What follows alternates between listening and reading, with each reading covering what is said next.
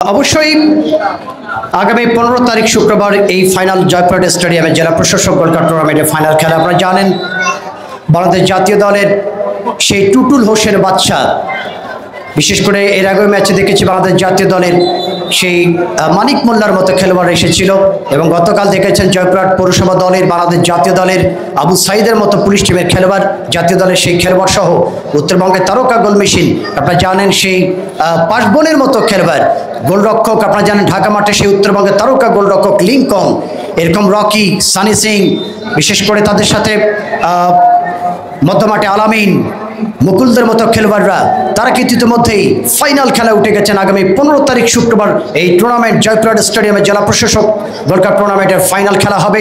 সেই ফাইনাল খেলায় আমার মনে হয় জায়গা দেওয়া সম্ভব হবে না। ট্রাকে ট্রাকে নসিমন ভটভটি বিভিন্ন যানবাহন ট্রেনে দর্শক কিন্তু ছুটে আসবে স্টেডিয়ামে সেই দিনকার খেলা দেখবার জন্য। আপনাদের আমন্ত্রণ জানাচ্ছি।